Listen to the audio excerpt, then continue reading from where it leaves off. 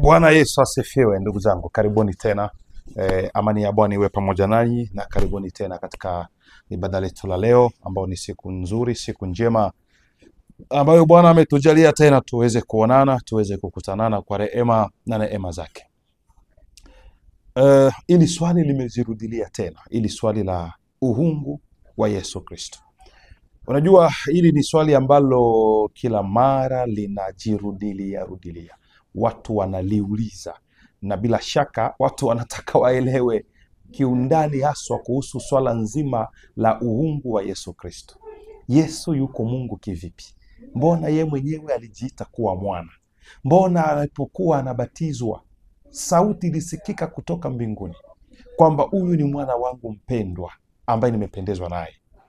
Kwa nini sasa ye mwenyewe anaomba siku ile yuko mlimani, anasema Baba, ikikupendeza uondoe kikombe hiki mbele zangu?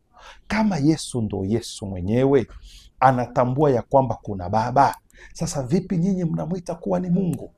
Kama Yesu ndo Yesu mwenyewe akiomba anaomba Baba, sasa vipi mnasema ya kwamba yeye ni Mungu?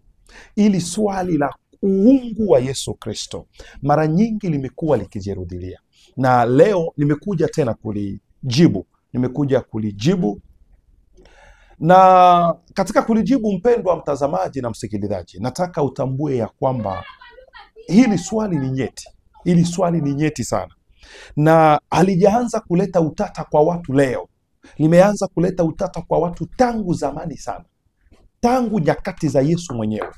Hili swala lilileta utata, tena utata mwingi sana, ambao si utata mdogo. Na wakati hili swala lilipoleta utata, lilitatiza watu kweli kweli, mpaka watu waliona kama vile Yesu anasumbua nafsi zao.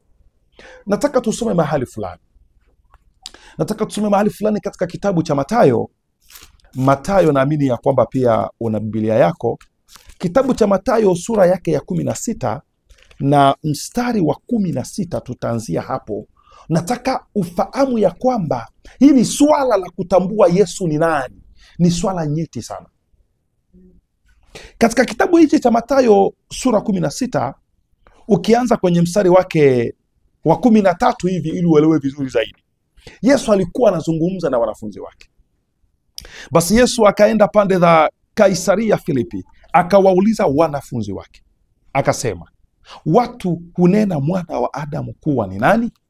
Ina maana Yesu mwenyewe alikuwa na haja ya kutaka kujua watu wanamwongeleaje, watu wananena kuwa yeye ni nani. Amen. Na hata leo hii watu wananena Yesu kuwa ni nani? Zamani zile Yesu alileta utata miongoni mwa watu, na hapa ni nyakati ambapo Yesu mwenyewe bado yuko hai, lakini hata hivyo watu wanashindwa kumtambua kama yeye ni nani. Na hata leo pia mambo yale swali lile linajirudia la kumtambua Yesu kama ni nani. Na hili swali ni swali nyeti sana, ambalo linaomba umakini mkubwa ili upate kulielewa, sababu usipoelewa Yesu kuwa ni nani, Ukristo wako wote unaharibika. Usipotambua nafasi ya Yesu, Ukristo wako hauna kazi. So kujua Yesu ni nani ni jambo nzuri sana. Kujua Yesu ni nani ni jambo muhimu sana. Kujua Yesu ni nani inakupa msingi katika Ukristo wako. Kujua Yesu ni nani inakupa msimamo katika Ukristo wako. Kujua Yesu ni nani inakupa imani thabiti katika Ukristo wako. So Yesu akawa na haja pia afahamu watu wanasema kwamba mwana wa Adamu ni nani. So ili swali la Yesu ni nani halijaanza utata leo. Limeanza utata tangu zamani sana. Limeanza kuwachanganya watu tangu zamani sana. Amen. Basi Yesu akaenda pande za Kaisaria Filipi, akawauliza wanafunzi wake, akasema, watu hunena mwana wa Adamu kuwa ni nani? Yaani katika lugha nyingine, Yesu anauliza wanafunzi wake, watu wanasemaga kwamba mimi ni nani? Nafikiri hebu tuje kwanza leo, tutoke kwanza katika wakati ule, tuje leo hii. Leo hii ukiuliza watu Yesu ni nani, kila mtu anakupa jibu lake. Ukienda kwa Waislamu leo uwaulize Yesu ni nani, Waislamu watakwambia Yesu ni nabii Isa bin Maryam. Hao ndo Waislamu. Ukienda kwa Waprotestanti leo uwaulize Yesu ni nani, Waprotestanti watakwambia Yesu ni mwana wa Mungu. Wataishia hapo. Hao ni Waprotestanti. Ukienda kwa Wakatoliki leo uwaulize Wakatoliki Yesu ni nani, Wakatolika watakwambia Yesu ni mwana wa Bikira Maria. Mwana wa Bikira Maria. Wakatoliki wataishia hapo. Haleluya. Ukija kwetu sisi utulize Yesu ni nani, tutakwambia Yesu ni Mungu muumba wa mbingu na nchi. Kwa hiyo hili swala hili la kutambua Yesu ni nani, hili swali limeanza utata tangu zamani, na ndio maana lazima tuliongee tena leo. Haleluya. Hebu turudi hapa ambapo tulikuwa tunasoma. Wakasema, baada ya Yesu kuwauliza watu wanasema kwamba mimi ni nani, wanafunzi wakajibu Yesu wakasema, wengine unena Yohana Mbatizaji. Are you hearing me? Eti katika nyakati za Yesu watu walikuwa wanaita tena Yesu kwamba yeye ni Yohana Mbatizaji. Can you imagine that? Wamoja unena wewe Yohana Mbatizaji. Wengine Elia. Eti wengine wanaita Yesu ni Elia.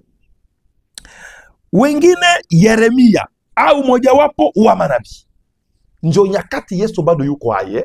Watu hawajui Yesu ni nani. Wamoja Yohana Mbatizaji, wengine Elia, wengine Yeremia, wengine moja miongoni mwa manabii. Kwa hiyo hili swali la kujua Yesu ni nani alijaanza utata leo. Alijaanza kuleta taaswisi leo. Alijaanza kuleta mtaharuki leo. Alijaanza kuleta mchanganyiko leo. Kutokuelewa kumeanza tangu zamani. Lakini leo naamini kwa msaada wa Roho Mtakatifu utatambua leo kama Yesu ni nani. Akawaambia Yesu baada ya kupata taarifa na kujua maoni ya watu nje ya nchi, akauliza sasa wale walio pamoja na yeye, na ninyi mnasema mimi ni nani? Nyinyi kama wanafunzi wangu ambao tunakaa pamoja, tunakula pamoja, mnanifuata, mnatembea na ninyi, hivi nyinyi mnajua mimi ni nani? Okay? Niliwaita mkaja, nafufua wafu mnaona, nafanya miujiza mnaona. Haya yote nyinyi mnayatafsiriaje? Nyinyi mnaona mimi kama ni nani? Amen, amen, amen. Unajua ndugu, mambo ya kiroho yanaomba tuwe mtu wa kiroho. Mambo ya kiroho kwa kuyaelewa lazima uwe mtu wa kiroho. Simoni Petro akajibu akasema, wewe ndiwe Kristo mwana wa Mungu aliye hai. Simoni Petro akaleta jibu la ajabu sana. Eti wewe ndiwe Kristo mwana wa Mungu. Kristo mwana. Haya maneno mawili, Kristos na mwana wa Mungu, ni maneno mawili ambayo ni mazito sana. Na haya maneno mawili ya Yesu kuwa Kristo na kuwa mwana wa Mungu ndiyo ambayo yanaleta definition ya who is Jesus. Sasa Yesu aliposikia yale maneno kutoka kwa Simoni Petro, akamwambia wewe ni Petro, na juu ya mwamba huu nitalijenga kanisa langu. Sasa naomba hapa muelewe kwamba Yesu hakujenga kanisa juu ya mtu Petro. Yesu amejenga kanisa. So unaona hapa ameuliza swali na Petro akaleta jibu kwa swali. Ina maana kanisa linajengwa juu ya kumtambua Yesu ni nani. Kanisa linajengwa juu ya Yesu. Sababu iko hivi. Simoni Petro akajibu akasema, wewe ndiwe Kristo mwana wa Mungu aliye hai. Yesu akajibu akamwambia, heri wewe Simoni Barayona, kwa kuwa mwili na damu havikukufunulia hili, bali Baba yangu aliye mbinguni. Nami nakuambia wewe ndiwe Petro, na juu ya mwamba huu nitalijenga kanisa langu, juu ya mwamba huu. Mwamba upi? Mwamba wa kutambua Yesu ni nani, ambao wewe Petro umejua. Kwa hiyo ndugu zangu wa Katoliki ambao mmejenga Basilique Saint Pierre juu ya kaburi la Petro, kanisa alijengwi juu ya kaburi la mtu. Na kwanza kihistoria, Petro hakufika Rumi. Hakuna mahali popote katika historia ambapo kuna sehemu ya kwamba Petro alifika Rumi. Ni Paulo ndiye aliyekwenda Rumi. Petro hakufika Rumi. Kwa hiyo ni mambo ya uongo kwamba wamejenga kanisa lao juu ya kaburi la Petro. Ule ni udanganyifu, ni uongo mtupu. Lakini tusiende huko, sisi tubaki hapa kwenye focus yetu. Kwa hiyo kanisa mzima, imani mzima la Kikristo linajengwa juu ya mwamba huo. So tumejengwa sisi juu ya msingi au mwamba au msingi wa mitume na manabii. Na huo msingi wa mitume na manabii ni nani? Ni Bwana Yesu Kristo. Ndiye msingi wetu, ndiye jiwe la pembeni. Sasa huyu Yesu huyu unajengwa kwake kwa kumtambua kama yeye ni nani. Yesu ni nani kwako? Haleluya. Ndugu zangu, nataka mjue hiki. Hili jibu la Simoni Petro lilikuwa jibu nyeti sana. Lilikuwa jibu nzito sana. Lilikuwa jibu kubwa sana. Lilikuwa jibu lenye ufunuo mzito mno, kwa sababu wakati ule haikuwa rahisi kuamini kwamba Yesu ni Kristo. Wakati ule haikuwa rahisi kuamini kwamba Yesu ni mwana wa Mungu. Nataka niwaonyeshe baadhi ya vitu hapa kabla hatujaenda mbali zaidi. Ukifungua katika kitabu cha Mathayo sura yake ya 26 na mstari wake wa 63, watu wamechanganikiwa. Hebu tufungue hapa Mathayo 26 mstari wa 63. Sikiliza hapa watu gisi wanavyomwambia. Lakini Yesu akanyamaza. Kuhani mkuu akamwambia na kuapisha kwa Mungu aliye hai, utuambie kama wewe ndiwe Kristo mwana wa Mungu. Utuambie kama wewe ndiwe Kristo mwana wa Mungu. Okay, hebu kabla sijaenda mbali, unajua leo ni rahisi sana kusema Yesu Kristo. Ni rahisi sana leo kusema naamini Yesu kuwa ni Kristo. Naamini Yesu ni Kristo. Ni rahisi sana leo. Naamini Yesu ni mwana wa Mungu. Hilo ni rahisi leo kulitamka. Ni rahisi leo kulisema miongoni mwa watu. Lakini nyakati zile haikuwa kitu rahisi mtu kuamini kwamba Yesu ni Kristo. Nyakati zile haikuwa kitu rahisi kuamini kwamba Yesu ni mwana wa Mungu. Na ndio maana watu walibaki sana katika kutokuelewa. Kwa nini haikuwa rahisi? Kwa sababu wao walielewa maana ya Kristo ni nini. Wao walielewa maana ya mwana wa Mungu ni nini. Ndio maana Yesu alipojaribu kujiita mwana wa Mungu, walitaka mpiga majiwe. Sikiliza nikwambie kitu kimoja hapa. Kristos maana yake mpakwa mafuta. Na unaposema mpakwa mafuta, maana yake unasema Roho Mtakatifu. Na unaposema Roho Mtakatifu, maana yake unasema Mungu. Kwa hiyo wanaamini kabisa ya kwamba atakayekuja kuwakomboa, ambaye ni Kristo wanayemsubiri, ambaye ni Masihi, ni Mungu mwenyewe. Jambo la pili, wanajua kabisa kwamba anayejiita mwana wa Mungu maana yake ni Mungu mwenyewe. Kwa hiyo kila wakati Yesu akitaka kujiita kwamba yeye ni mwana wa Mungu, wanaelewa wao Wayahudi ambao wanabobea katika maandiko ya kwamba huyu jamaa anajiita kuwa ni Mungu. Nikupe uthibitisho fulani. Okay, hebu fungua pamoja na mimi hapa. Tuende sote hapa katika kitabu gani hapa? Yohana 10:22. Sikiliza hapa haraka haraka. Yohana 10:22. Tunasoma katika jina la Yesu Kristo.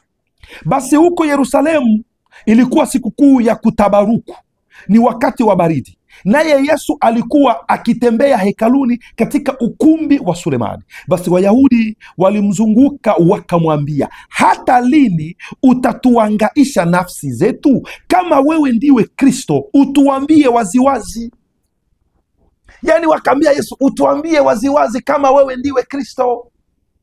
Usibaki unatoa. Ina maana kuamini Yesu kuwa Kristo nyakati zile haikuwa jambo rahisi. Sikiliza hapa, Yesu akawajibu, naliwaambia lakini nyinyi hamsadiki. Kazi hizi ninazozifanya kwa jina la Baba yangu ndizo zinazonishuhudia, lakini ninyi hamsadiki kwa sababu hammo miongoni mwa kondoo wangu. Kondoo wangu waisikia sauti yangu, nami nawajua, nao wanifuata. Nami nawapa uzima wa milele, wala hawatapotea kamwe. Umepata kitu hapo eh? Kondoo wa Yesu hawatapotea kamwe. Mambo mazito hayo, mambo mazito sana. Hawatapotea kamwe, wala hakuna mtu atakayewapokonya katika mkono wangu. Baba yangu aliyenipa hao ni mkuu kuliko wote, wala hakuna mtu awezaye kuwapokonya katika mkono wa Baba yangu. Mimi na Baba tu mmoja. Mimi na Baba tu umoja. Mimi na Baba tu umoja. Umoja. Mimi na Baba tu umoja. Nasonga mbele. Basi Wayahudi wakaokota mawe tena ili wampige. Yesu akawajibu, kazi njema nyingi nimewaonyesha zitokazo kwa Baba. Kwa ajili ya kazi ipi katika hizo mnanipiga kwa mawe? Wayahudi wakamjibu, kwa ajili ya kazi njema hatukupigi kwa mawe, bali kwa kukufuru, na kwa sababu wewe uliye mwanadamu wajifanya mwenyewe Mungu. Yesu akawajibu, je, haikuandikwa katika Torati yenu ya kwamba mimi nimesema ndinyi miungu? Ikiwa ninawaita miungu wale waliojiliwa na neno la Mungu, na maandiko hayawezi kutanguka, je, yeye ambaye Baba alimtakasa akamtuma ulimwenguni, ninyi mnamwambia unakufuru kwa sababu nalisema mimi ni mwana wa Mungu? Ina maana Wayahudi walijua mtu akijiita mwana wa Mungu maana yake amejifanya kuwa Mungu. Kwa hiyo Yesu alipojiita mwana wa Mungu, wakaona huyu jamaa anajiita kuwa Mungu, ambayo ndiyo kweli. Mapepo yalijua kama Yesu ni mwana wa Mungu. Ukisoma katika kitabu cha Mathayo, twende haraka haraka hapo, Mathayo sura yake ya 8. Mathayo 8 na mstari wa 29. Mathayo 8 na mstari wa 29. Na tazama wakapiga kelele, mapepo hao na tazama wakapiga kelele wakisema, tuna nini nawe mwana wa Mungu? Mapepo walijua kama Yesu ni mwana wa Mungu, na tulishaonyesha kwamba mwana wa Mungu maana yake ni Mungu. Lakini Wayahudi wanakataa kwamba Yesu si mwana wa Mungu. Na si hapo tu, amen amen. Ukisoma pia katika kitabu cha Mathayo 27 mstari wa 40, hao Wayahudi wanataruki, wanasema, Bwana, utatuangaisha hadi lini? Tuambie kama wewe ni nani. Amen amen amen. Na kila wakati pepo walipokutana na Yesu walimtambua kama Yesu ni nani. Niwaongezee kidogo katika Marko 3:11. Hebu tuongeze kidogo hapo katika Marko 3:11. Marko 3:11 inasema hivi, sikiliza haya mapepo ambayo yanamtambua kama Yesu ni mwana wa Mungu. Na pepo wachafu kila walipomwona walianguka mbele yake wakalia wakisema, wewe ndiwe mwana wa Mungu. Kwa hiyo Yesu, mapepo yanatambua ni mwana wa Mungu, na si mapepo tu si mapepo tu, shetani naye anatambua kama Yesu ni mwana wa Mungu.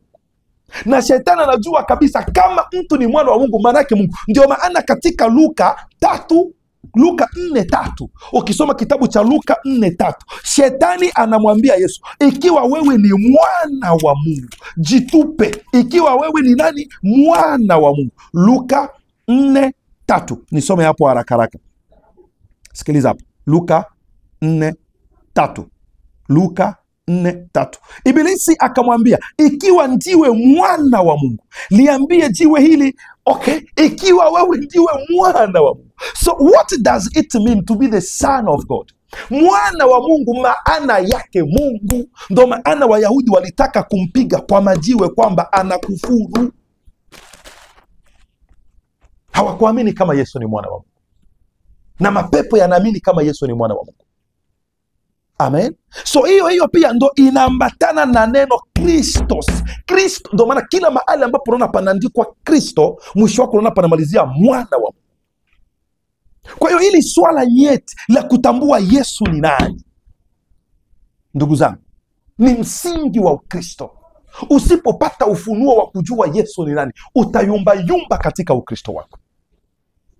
Na sababu ya hiyo, Yesu mwenyewe alikataza hata wanafunzi wake wasiambie watu kwamba yeye ni Kristo, sababu Kristo maana yake Mungu. Ukisoma Mathayo 16, hebu tuende haraka hapo. Unajua sijaanza neno letu Mathayo 16 na mstari wake wa 20. Yes, Mathayo 16 na mstari wake wa 20. Hebu nianze 19. Nami nitakupa wewe funguo za ufalme wa mbinguni, na lolote utakalolifunga duniani litakuwa limefungwa mbinguni, na lolote utakalolifungua duniani litakuwa limefunguliwa mbinguni. Ndipo alipowakataza sana wanafunzi wake wasimwambie mtu yeyote ya kwamba yeye ndiye Kristo. So Yesu kwa nini alikataza wanafunzi wasiambie mtu ya kwamba yeye ndiye Kristo? Kwa sababu angekufa mapema, wangemuua haraka. Haleluya. Kwa hiyo kila wakati unaposema Yesu Kristo mwana wa Mungu, maana yake unasema Yesu Kristo Mungu. Maana yake unasema Yesu muumba wa mbingu na nchi. Ndio maana nyakati zile ilikuwa vigumu sana kuamini kama Yesu ni Kristo au kuamini kama Yesu ni mwana wa Mungu. Ukiingia katika, hebu tusome Mathayo 26. Mathayo 26. Yesu mwenyewe, wanafunzi wanachanganyikiwa. Hivi huyu jamani nani kweli? Lakini hata malaika walishuhudia kwamba yeye ni mwana wa Mungu siku ambayo anazaliwa. Luka 2:8 hadi 11. Tupasome kweli jamani? Tupasome Luka 2:8 hadi 11. Sikiliza, au huyu ni malaika sio mimi sasa. Huyu ni malaika sio mimi. Na katika nchi ile, Luka 2, naanza kwenye mstari wa 8. Na katika nchi ile walikuweko wachungaji wakikaa makondeni na kulinda kundi lao kwa dhamu usiku. Malaika wa Bwana akawatokea ghafula, utukufu wa Bwana ukawangaria pande zote, wakaingiwa na hofu kuu. Malaika akawaambia, msiogope, kwa kuwa mimi ninawaletea habari njema ya furaha kuu itakayokuwa kwa watu wote. Maana leo katika mji wa Daudi amezaliwa kwa ajili yenu Mwokozi, ndiye Kristo Bwana. Kwa hiyo Yesu ndiye Mwokozi, Kristo Bwana. Na ndio maana utaona katika Matendo ya Mitume sura yake ya 2, kuanza mstari wa 35, Petro akihubiri akaambia watu ya kwamba leo hii Mungu amemfanya Yesu kuwa Kristo. Kwa hiyo Yesu ni Kristo. Sasa unawezaje kuamini Yesu kuwa ni Kristo alafu ukatae kwamba sio Mungu? Unaona Kristo anavyojichanganya. Unawezaje kuamini kwamba Yesu ni mwana wa Mungu alafu ukatae sio Mungu? Ni kutokuelewa maandiko. Kwa hiyo mtu yeyote anayekubali kwamba Yesu ni Kristo, maana yake anaamini Yesu ni Mungu. Mtu yeyote anayeamini ya kwamba Yesu ni mwana wa Mungu, maana yake anaamini Yesu ni Mungu. Haleluya. Hebu tuanze basi somo letu. Hiyo ilikuwa tu ni kiingilio. Hiyo ilikuwa ni introduction. Sasa nataka niingilie hili somo katika hali ya kipekee. Katika hali ya kipekee sana, ambayo itafanya hata yule mtoto wa shule la msingi aweze kuelewa ni kitu gani tunachozungumza. Yaani nataka niliongee hili kwa namna ya kipekee ambayo itafanya hata mtoto ambaye ni wa shule la msingi aelewe what are we talking about. Naomba unisikilize sasa kwa makini vizuri sana. Tulia, chukua Biblia yako, kaa chini, ili kwamba leo utoke hapa umeelewa kama Yesu ni nani. Nataka nianze. Katika kuanza kwangu, wapendwa, nataka kwanza tukubaliane katika pointi moja. Pointi moja ni hii ambayo maandiko yamesema hakuna miungu wawili. Mungu ni mmoja tu. There is only one God. the creator of earth and heaven. Kwa hiyo Mungu ni umoja. Lazima ukubali hilo kwamba Mungu ni umoja, hakuna wa miungu wawili. Ukisoma katika kitabu cha Timotheo wa kwanza 2:5, Mungu ni umoja. Ukisoma katika Yakobo 2:19, Mungu ni umoja. Ukisoma katika Kumbukumbu la Torati 4:35, Mungu ni umoja. Kumbukumbu la Torati 6:4, Mungu ni umoja. Waefeso 4:6, Mungu ni umoja. Ukisoma katika, hebu tusome Waefeso, tusome hapo Waefeso. Nimeshasema vesi nyingi, tusome angalau hiyo moja tu. Tusome angalau hiyo moja. Fungua Biblia yako pia katika kitabu cha Waefeso ili tukubaliane katika hili, sababu hili ndio swala kwanza la msingi ambalo kila mtu lazima akubali kwamba Mungu ni mmoja. Waefeso 4:6, Waefeso 4:6 naanzia 5. Bwana mmoja, imani moja, ubatizo mmoja, Mungu mmoja, naye ni Baba wa wote, aliye juu ya yote na katika yote na ndani ya yote. Ukiambia Myahudi yoyote kwamba kuna wa Mungu watatu, unafikiri atakupiga kofi. Na ukiambia mtu yeyote ambaye amekomaa kiimani kwamba kuna wa Mungu watatu, nafikiri atakupiga kofi. Mungu ni mmoja tu, hakuna wa Mungu wawili. Mbinguni hakuna viti vya enzi viwili. Mbinguni kuna kiti cha enzi kimoja tu. Kwa hiyo there is only one God. Hakuna wa Mungu wawili. Kubali hilo, amini hilo. Sasa huyu Mungu mmoja ambaye tumemuona mimi na wewe leo, ya kwamba kuna Mungu mmoja tu ambaye ana majina mengi, aliitwa Yehova.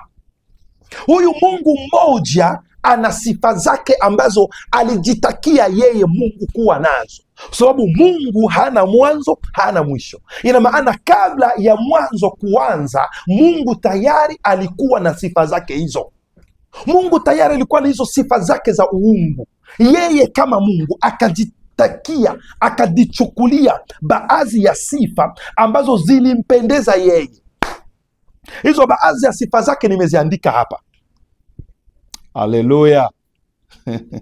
Ukisoma katika kitabu cha Isaya 69, 60 mstari wake wa 9, na kitabu cha Yakobo 1:17, Mungu ana sifa ya kuitwa mwanga. Dieu c'est la lumière. God is the light. Ndio maana sisi ndo watu wa mwanga, sababu tunatembea katika mwanga wa Mungu. Kwa hiyo Mungu ni mwanga. Wale wanaojiita wa Illuminati ni mwanga wa uongo. Sisi ndo tuliona mwanga wa kweli ambao tuko ndani ya Mungu wa kweli. Kwa hiyo Mungu ni mwanga. Sema amen. Hiyo ni sifa yake. Mungu ukisoma katika Mwanzo 1:1, Mungu ana sifa ya uumbaji. God is the creator. Anataka kuwa muumbaji. Baadhi ya sifa za huyo Mungu mmoja. Ukiangalia katika majina yake yote yanajaa sifa zake. Nimeandika hapa baadhi ili uelewe vizuri. Leo nataka uelewe vizuri Yesu Kristo na uungu wake. Anaitwa Elohim, huyu Mungu. Maana yake Mungu mwenye nguvu. Anaitwa Adonai. Maana yake Mungu mwenye kujitosheleza. Anaitwa El Elyon. Anaitwa Elehoi. Anaitwa El Shaddai, Mungu mwenye nguvu. Anaitwa Yahweh. Na hiyo Yahweh pia ina majina 7 tofauti. Anaitwa Yehova Jireh, Yehova Rafa, Yehova Shalom. Majina 7: Yehova Nisi, Yehova Raha, Yehova Chikeno, Yehova Shama. So Mungu ana sifa nyingi alizojitakia yeye kama Mungu. Hebu turuke haraka. Miongoni mwa hizo sifa nilikuwa nimeandika miongoni mwa hizo sifa, Mungu ana sifa zingine 4 kubwa. Yeye yuko omnipotent. Sijui unahitaji. Iko omniscient, iko omnipresent na iko omnivoyant. Omnipotent maana yake mwenye nguvu zote, ambaye kwake hakuna lisilowezekana. Ndio maana ya omnipotent. Ndio maana ya omnipotent. Omniscient maana yake anayejua yote, anayejua kila kitu kwa undani. Ndio maana ya omniscient, yani Dieu est omniscient, anajua mambo yote. Dieu est omnipresent, maana yake aliye mahali pote kwa wakati mmoja, kwa sekunde moja. Dieu est omnivoyant, maana yake anayeona yote. Sasa sikiliza, katika hizo sifa za Mungu baadhi nimewatajia hapo. Mungu ana sifa nyingi zaidi hapo, lakini katika hizo sifa zake Mungu pia ana sifa ya kuwa mkombozi. Mungu pia ana sifa ya kuwa baba. Mungu pia ana sifa ya kuwa mponyaji.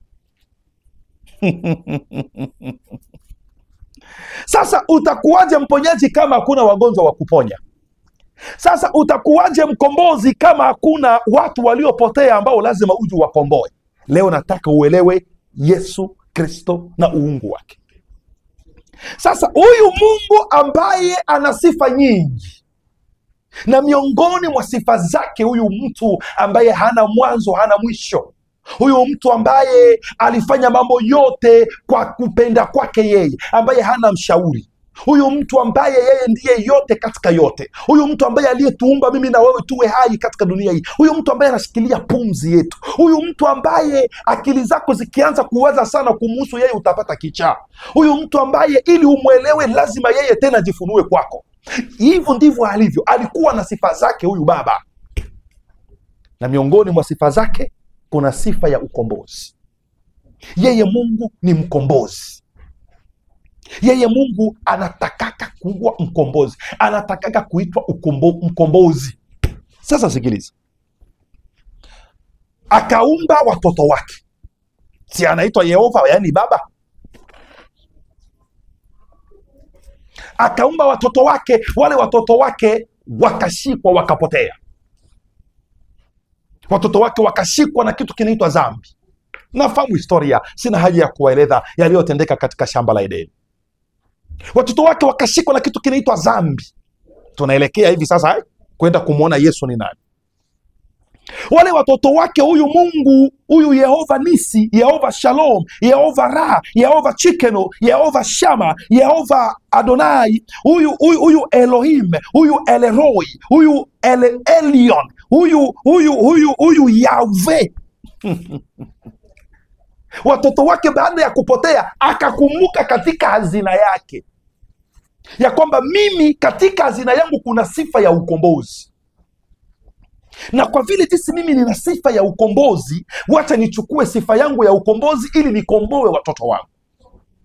Sikiliza, leo utaamini kama Yesu ni Mungu. Alipoingia katika hazina yake ya ukombozi, akaweka sasa kitu kinaitwa mpango wa ukombozi. Akaanza sasa plan, tunaita kwa Kifaransa le plan de la rédemption. Gisi gani atakavyokomboa watoto wake yeye. Hivi mnanielewa vizuri jamani? Yeye mwenyewe, yeye ndiye yote katika yote, yeye ndiye alfa omega. Na yeye mpango wote hivi Mungu aliufanya kabla ya uumbaji, kabla ya mwanzo. Sababu uumbaji ulianza pale kwenye mwanzo, ila kabla ya mwanzo kuanza Mungu tayari alikuwepo, sababu yeye ni Mungu wa umilele. Mnanipata vizuri? Akakaa chini akaweka plani ya ukombozi. Katika plani ya ukombozi, dans son plan de rédemption, ni mafundisho marefu hayo Mungu akaplani, nitaendaje kumkomboa mtoto wangu? Mimi ni Mungu roho, wao wako na mwili wa udongo duniani, na siwezi kwenda kuwakomboa nikiwa katika roho. Kumbuka kuna kitu kinaitwa haki ya ukombozi. Nilishawahi kufundisha haki ya ukombozi. Katika haki ya ukombozi, ukisoma kitabu cha Walawi 25 kuanza mstari wa 23 hadi 25. Nasema Walawi, mambo ya Walawi 25 sura, anza mstari wa 23 hadi 25. Kuna sheria ambayo Mungu aliyotoa kuhusu ukombozi. Katika sheria ya ukombozi imekuja kutimilika katika kitabu cha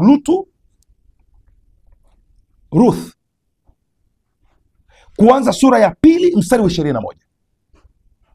Katika sheria ya ukombozi anaweza kukomboa mtu ambaye yuko kwenye deni. Sababu kumbuka katika Agano la Kale watu walikuwa wanashikwa, ukiwa na deni la mtu wanakushika, unakaa kwake, unageuka mtumwa wake, unaanza kumfanyia kazi. Ukiwa na deni ya mtu nini, wanaweza kashika hata shamba lako, linabebwa linageuka kuwa shamba la yule bosi wako. Kwa hiyo katika Agano la Kale hivyo watu walikuwa wanashikwa utumwa na kupelekwa utumwa. Sasa ndugu yako akishikwa anapelekwa utumwa, au vitu vya ndugu yako vinachukuliwa, au shamba ya ndugu yako inachukuliwa, au mali za ndugu yako zinachukuliwa, au yeye ndugu yako mwenyewe anachukuliwa, kulikuwa kitu kinaitwa sheria ya ukombozi. Unaweza ukaende kukomboa yule ndugu yako. Sasa katika sheria ya ukombozi, mtu ambaye anaweza kukomboa mwingine aliye katika utumwa ni ndugu yake wa karibu tu, au baba yake wa karibu. Ndio alikuwa anaitiwa parent redempteur. Yani huyu baba mkombozi ni yule baba yako wa karibu, ndiye aliye na uwezo wa kwenda kukukomboa wewe mtumwa. Mjomba wako hawezi kuja kukukomboa kama umefungwa utumwa mahali fulani. Shangazi yako hawezi akaje kukukomboa, isipokuwa yule baba wa karibu, yule wa karibu kabisa. Kama yupo wanatafuta wa pili, yule wa tatu naye kama yupo wa nne. Short wanatafuta yule wa karibu na wewe, yule mwenye katika ukoo wewe na yeye mko karibu sana, yani ambaye katika kiukoo anakukaribia sana, ndo alikuwa anaitwa parent redempteur. Ina maana kama baba yako bado ni mzima, mjomba wako hawezi kwenda kukukomboa unless umekosa mtu wa karibu, ndo mtu mwingine anaweza akaende kukukomboa. Sasa na hiyo ni sheria ya Mungu aliyojiwekea yeye kuhusu masuala ya ukombozi. Sasa sisi watoto wake pia tumeshikwa utumwa na adui shetani. Unafikiri nani angekuja kutukomboa? Mnyama hawezi kuja kutukomboa, sababu yeye sio baba yetu mkombozi, sio baba yetu wa karibu. Mti asingekuja kutukomboa, sababu mti sio baba yetu wa karibu, sio mwokozi. Bahari asingekuja kutukomboa, jua asingekuja kutukomboa, mwezi asingekuja kukomboa mwanadamu. Nani mwingine niambie angekuja kukomboa mwanadamu? Hakuna.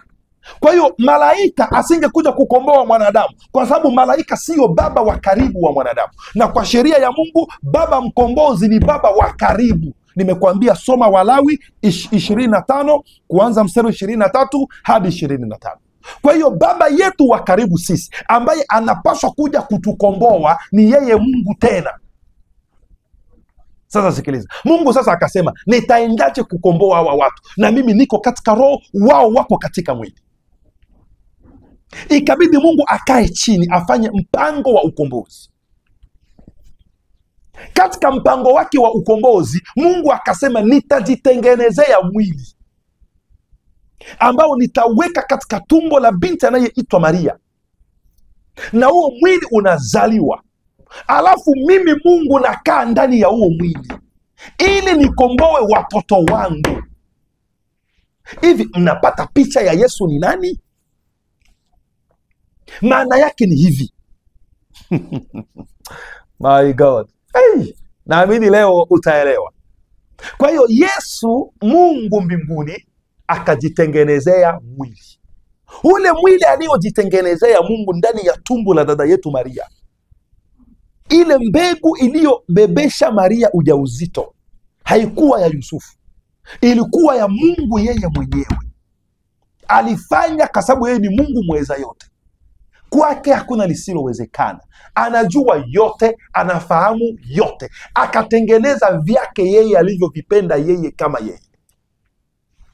Baada ya yeye kutengeneza vitu vyake, mambo yake, dada yetu Maria akachukua ujauzito. Mnajua historia vizuri. Maria alipochukua ujauzito akazaa mtoto. Malaika akaja akasema, huyu mtoto utamwita jina lake Yesu. Ndo ule mwili ambao uliitwa Yesu. Na nikisema nisomesome yote sijui nitaishia wapi. Baada ya ule mwili Yesu kuzaliwa, ule mwili ukakomaa.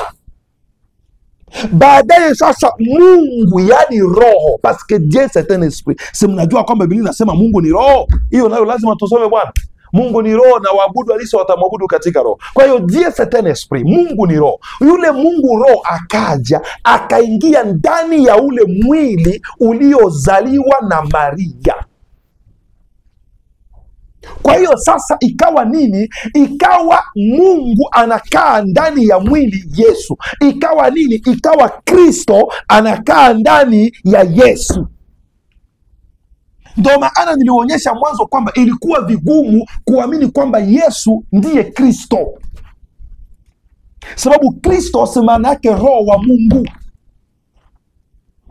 So Mungu akakaa ndani ya mwili unaitwa nini? Yesu. Kwa hiyo Yesu na huyu Mungu alikuja kaa ndani ya mwili unaitwa Yesu en toute totalite. Hivi mnapata picha vizuri? Turudi sasa tuone kuzaliwa kwake Yesu kulikuwa vipi. Kuna vitu hapa nataka niweke. Leo nimesema nitaenda na hili somo pole pole ili uelewe. Nitafundisha kama tuko kwenye shule la msingi. Naweka vitu vitatu hapa ili uelewe. Hii ni mifano ili wewe uelewe.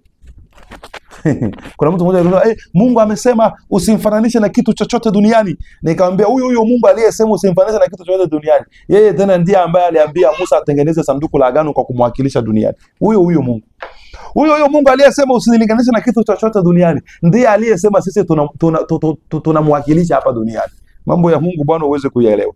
Sasa kuna kitu mimi nataka nifanye hapa ili wewe uelewe. Twende sasa kutafuta baba yake ya Yesu ni nani. Sababu hapa ndio utaelewa nafasi ya Yesu na ndio utaelewa kama Yesu ni nani. Tutafute sasa baba yake ya Yesu ni nani. Twende. Kwa kutafuta baba ya mtoto si lazima uone ule mtoto alizaliwa vipi. Aya, twende. Katika Mathayo sura ya 1 mstari wa 18. Si ndio hapo kupo masuala ya kuzaliwa kwa Yesu? Aya. Mathayo 1:18. Tusome Biblia. Kuzaliwa kwake Yesu Kristo kulikuwa hivi. Sasa hivi vitu vitatu vinyokuwa hapa nataka kuviweka majina. Huyu tumuite Mungu Baba. Huyu tumuite Mungu Mwana. Mungu Mwana ndio sababu aka ndo kadogo sana. Huyu ni Roho Mtakatifu, huyu Mungu Mwana. Nasema tena huyu ndiye Mungu Baba. Huyu ndiye Roho Mtakatifu na huyu ndiye Mungu Mwana. Kwa hiyo hapa tuko na wote watatu. Tunatafuta baba yake na huyu mwana. Nifuate vizuri Sikiliza, leo utaelewa kama Yesu ni Mungu. Leo hii utaelewa. Nasema tena huyu ni Mungu Mwana. Huyu ni Roho Mtakatifu. Huyu ni Roho Mtakatifu. Huyu ni Mungu Baba. Huyu ndo Mungu Baba. Hii agenda ya hii notebook yangu hii ndo Mungu Baba. Mungu awabariki hao walionunulia notebook. Huyu ndo Mungu Baba. Huyu ndo Mungu Roho Mtakatifu. Na huyu ndiye nani? Mungu Mwana. Sasa tunatafuta baba yake na huyu mwana ni nani? Si ndo huyu? Huyu ndo Yesu huyu. Tunatafuta baba yake ya huyu Yesu ni nani? Huyu ni Roho Mtakatifu, huyu ni Baba. Sasa tunatafuta baba yake na huyu. So umeelewa? Tusome sasa. Kwa kujua baba yake na huyu ni nani, lazima tujue huyu alizaliwa namna gani. Kwa hiyo turudi katika kuzaliwa kwake, sababu anayejua baba ya mtoto ni mama mtoto. Sawa? Ndo nimesema twende sasa kwenye Mathayo 1:18 ili tujue huyu baba yake ni nani. Vizuri? Hapo tunaelewana? Haya, twende sasa. Kuzaliwa kwake Yesu Kristo kulikuwa hivi. Mariamu mama yake alipokuwa ameposwa na Yusufu, kabla hawajakaribiana, alionekana ana mimba. Kwa uwezo wa nani? Mariamu alionekana ana mimba. Kwa uwezo wa nani? Wa Roho Mtakatifu. Tusimame kwanza hapo. Leo tutaenda na mambo pole pole mpaka uelewe. Tunatafuta baba yake na huyu. My Lord, my Jesus. Tunajua sote, wanaume mlio hapa, wanawake mlio hapa, watu wazima, mnajua anayebebesha mimba ndiye baba mtoto. Hilo linajulikana bwana. Anayebebesha mimba ndiye baba mtoto. Sasa hapa tumesoma mimi na nyinyi ya kwamba mama yake na huyu jamaa alibeba ujauzito kwa uwezo wa Roho Mtakatifu. Ina maana kama huyu ana baba yake ni Roho Mtakatifu, tulisema huyo ndo Roho Mtakatifu. Ni huyu Roho Mtakatifu. Ni Biblia, sio mimi. I'm reading the scriptures. Ila nifuate mpaka mwisho. Ufike kwenye conclusion ya mwisho ndio utaelewa. Kwa hiyo kwa mujibu wa ile andiko ambalo mimi na ninyi tunasoma, Maria alibeba mimba kwa uwezo wa Roho Mtakatifu, sio uwezo wa Mungu Baba. Biblia imesema Roho Mtakatifu, kama gisi wewe unavyowatenganisha. Nakubaliana na wewe tuwatenganishe. Leo tumewatenganisha. Baba, Mwana, Roho Mtakatifu. Maria alibeba mimba ya huyu kwa uwezo wa huyu. Si ndio Biblia hii? Ni mimi hapa, sijaongeza wazo, sijapunguza. Tuendelee. Naye Yusufu mumewe, kwa vile alivyokuwa mtu wa haki, asitake kumwacha, aliadhimu kumwacha kwa siri. Basi alipokuwa akifikiri hayo, tazama, malaika wa Bwana alimtokea katika ndoto akisema, Yusufu mwana wa Daudi, usihofu kumchukua Maria mkeo, maana mimba yake ni kwa uwezo wa Roho Mtakatifu. Mimba yake ni kwa uwezo wa nani? Wa Roho Mtakatifu. Huyu ina maana huyu ndiye baba yake na nani? Ya Yesu. Naye atazaa mwana. Sikiliza sasa, huyu ambaye atakayezaliwa, naye atazaa mwana, nawe utamwita jina lake Yesu, maana yake ndiye atakayewaokoa watu wake na dhambi zao. Huyu mtoto ambaye atazaliwa iko na watu wake, iko na watu wake. Huyu ndiye atakayeokoa watu wake na dhambi zao. Twende sasa. Hayo yote yamekuwa ili litimie neno lililonenwa na Bwana kwa ujumbe wa nabii akisema, tazama, bikira atachukua mimba, naye atazaa mwana, na watamwita jina lake Imanueli, yaani Mungu pamoja nasi. Sasa nataka tusimamie kwanza hapo, nieleze kidogo. Tumesoma Biblia mingi na nini, imesema ya kwamba aliyebebesha mimba ni Roho Mtakatifu, sio Mungu Baba. Hebu tusome sasa tena Biblia. Huyu, je, aliita huyu baba? Twende. Kwa hiyo tunagundua sote ya kwamba Yesu aliita huyu ndiye baba. Maandiko mengi hapo hatuwezi kuyasoma tena yote, ila kila wakati Yesu alipoomba, aliomba huyu, aliita huyu ndiye baba. Sasa niulize, au mimi nikuulize, Biblia imesema huyu ndiye baba yake na Yesu. Yesu alipoomba hakusema Roho Mtakatifu ndiye baba yake, alisema baba yake ni nani? Ni Mungu Baba. Sasa je, Yesu ana wababa wawili? Amen. Niambie sasa, Yesu ana wababa wawili? Tumesoma mimi na wewe katika Mathayo, huyu ndiye baba. Sasa hivi hapo tunatoka kusoma mimi na wewe, Yesu anaomba huyu ndiye baba yake. Sonona hapo umechanganikiwa, wewe ambaye unaamini katika Utatu Mtakatifu. Sonona umechanganikiwa. Sasa tutapata wapi jibu? Twende sasa katika Yohana 14. Haleluya. Yohana 14. Hapo ndo tutakaposikia kitu sasa kikinguruma. Kabla tujaenda Yohana 14. Kabla tuja wacha tusome Yohana 14. Yaani maandiko yanakuja mengi hapa kichwani. Tuanze Yohana 14 kwenye mstari wake wa kwanza. Sikiliza hapa. Msifadhaike mioyoni mwenu, mnamwamini Mungu, niaminini na mimi. Nyumbani mwa Baba huyu, nyumbani mwa Baba huyu, nyumbani mwa Baba yangu mna makao mengi. Hasemi nyumbani mwa Roho Mtakatifu, nyumbani mwa Baba. Nyumbani mwa Baba mna makao mengi. Sikiliza hapa, nisikilize kwa makini hapa. Mna makao mengi. Kama sivyo ningaliwaambia, maana naenda kuwaandalia mahali. Basi mimi nikienda na kuwaandalia mahali, nitakuja tena niwakaribishe kwangu, ili nilipo mimi nanyi mwepo. Nami niendako mwaijua njia. Tomaso akamwambia, Bwana, sisi hatujui uendako, nasi twaijuaje njia? Yesu akamwambia, mimi ndimi njia na kweli na uzima. Mtu haji kwa Baba ila kwa njia ya mimi. Kama mngalinijua mimi, mngalimjua na Baba. Haleluya. Tangu sasa mnamjua tena mmemuona. Walikuwa wanaona nani pale? Walikuwa wanaona huyu. Huyu anawaambia tangu sasa mmemjua tena mmemuona. Amen, amen, amen, amen, amen. Naendelea kusoma hapa, naendelea kusoma.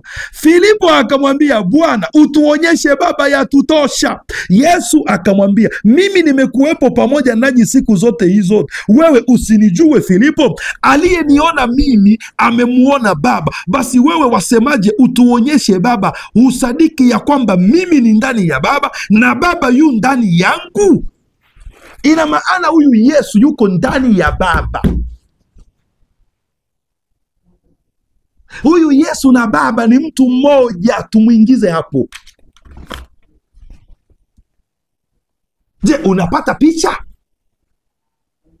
So hakuna Yesu bila Baba na hakuna Baba bila Yesu. Je, unaanza kuelewa? Amebaki huyu hapa. Amen, amen, amen, amen, amen, amen. Huyu Yesu, hebu tumalizie kwanza hapa, alafu ndio tutarudi.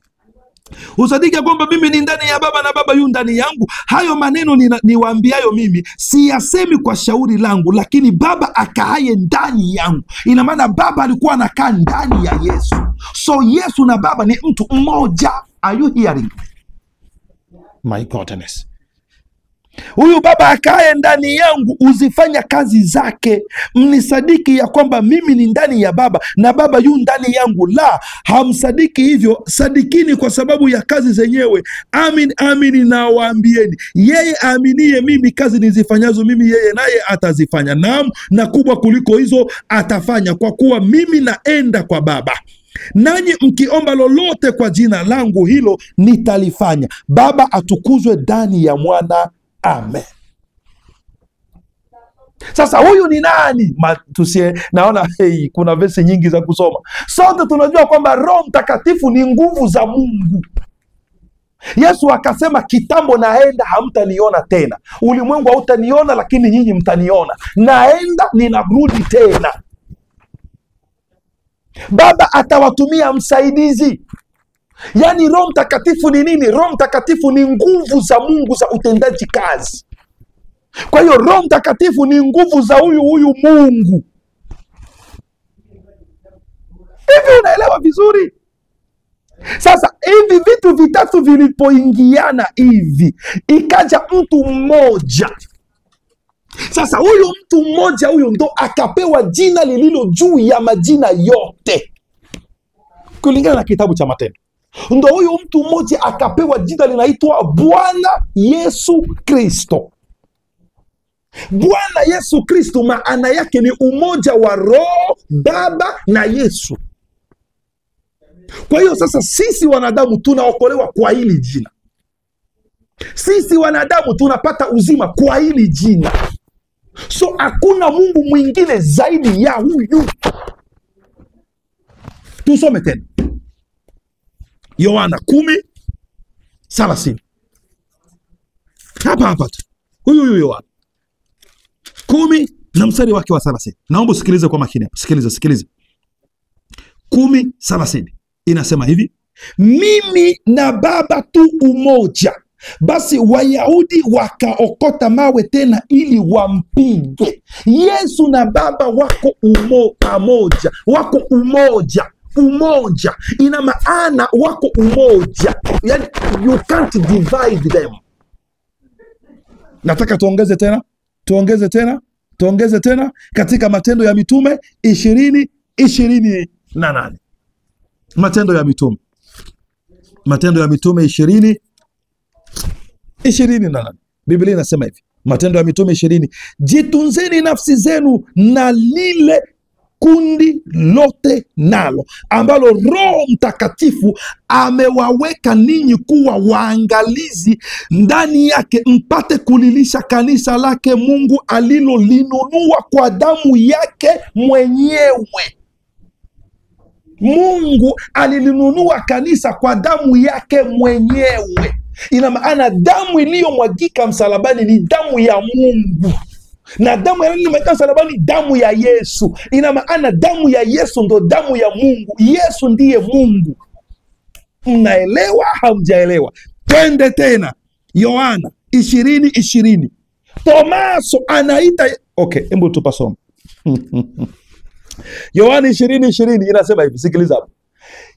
ya kuwa sikujiepusha. Niko na soma vizuri Yohana 20:20. Naomba ufungue kitabu chako, mimi natakaga ninasoma na mtu wewe pia unasoma, ili tuenende pamoja, ili kwamba uelewe. Yohana 20:20.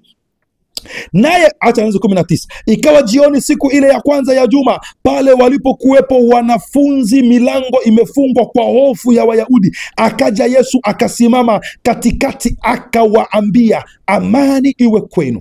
Naye akiisha kusema hayo, akawaonyesha mikono yake na ubavu wake. Basi wale wanafunzi wakafurahi walipomuona Bwana. Basi Yesu akawaambia tena, amani iwe kwenu. Kama Baba alivyonituma mimi nami ninawapeleka ninyi. Naye akiisha kusema hayo, akawavuvia, akawaambia, pokeeni Roho Mtakatifu. Nani anawapa Roho Mtakatifu? Yesu. Akawaambia, pokeeni Roho Mtakatifu. Wowote mtakao waondolea dhambi wameondolewa, na wowote mtakao wafungia dhambi wamefungiwa. Walakini mmoja wa wale tenashara, Tomaso aitwaye Pacha, hakuweko pamoja nao alipokuja Yesu. Basi wanafunzi wengine wakamwambia, tumemwona Bwana. Akawaambia, mimi nisipoziona mikono mwake kovu za misumari, na kutia kidole changu katika mahali pa misumari, na kutia mkono wangu katika ubavu wake, mimi sisadiki hata kidogo. Basi baada ya siku 8 wanafunzi wake walipokuwemo ndani tena na Tomaso pamoja nao, akaja Yesu na milango imefungwa, akasimama katikati, akasema, amani iwe kwenu, yani shalom. Kisha akamwambia Tomaso, leta hapa kidole chako uitazame mikono yangu, ulete na mkono wako utie ubavuni mwangu, wala usiwe asiyeamini bali aaminie.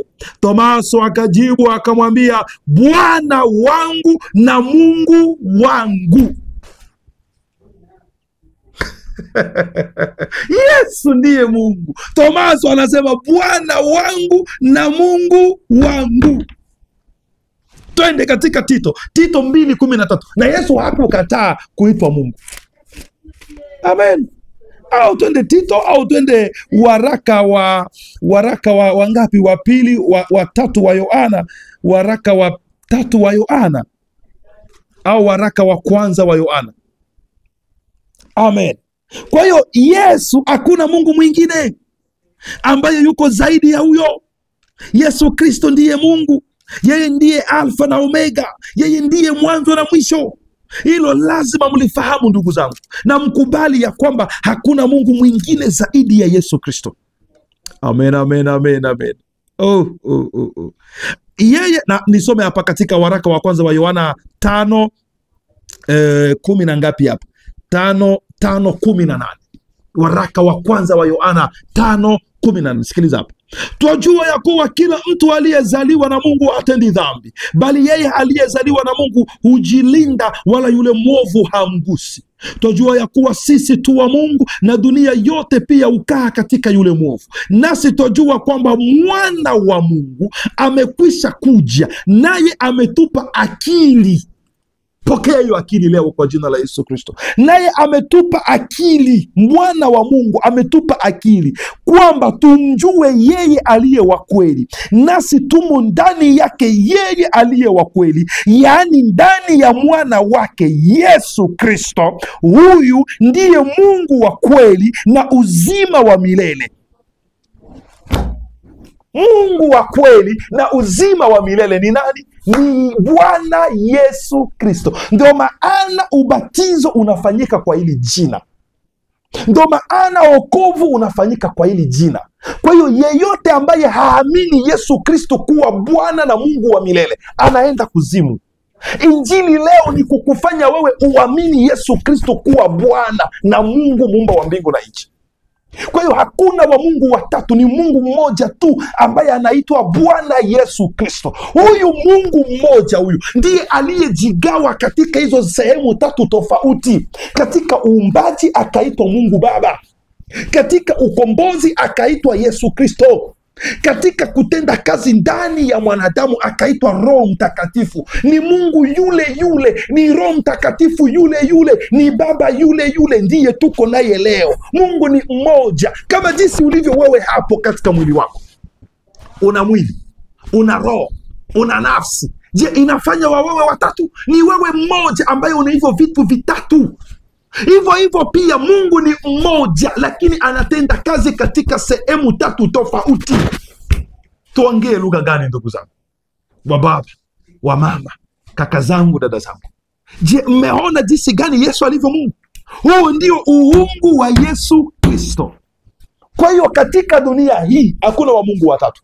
Mungu ni mmoja tu, anaitwa Bwana Yesu Kristo. Kwa hiyo ukibatiza, batiza kwa jina la Bwana Yesu Kristo. Umeshawahi kukemea pepo kwa jina la Baba na Mwana na Roho Mtakatifu? Useme wewe pepo na kukemea kwa jina la Baba na Mwana na Roho Mtakatifu, hiyo pepo hawezi ikaondoke. Pepo inakemewa kwa jina moja tu, la Bwana wetu Yesu Kristo. Wokovu ni kwa jina moja tu, la Bwana wetu Yesu Kristo. Na lolote tulitendalo, tunaomba kulitenda kwa jina hilo, Bwana wetu Yesu Kristo. Sababu hilo ndilo jina la wokovu. Hilo ndo jina letu la nguvu. Hilo ndo jina ambalo tumepewa, jina lililo juu ya majina yote, jina la Bwana Yesu Kristo. Na mimi leo mmeamini at least, na mmeona jinsi gani Yesu alivyo Mungu. Yeyote aliye na swali na kualika, andika swali lako kwenye comment. Andika swali kwenye comment, nitakuja kulijibu. Bwana wabariki na baraka ya machache kwa jina la Yesu Kristo. Amen.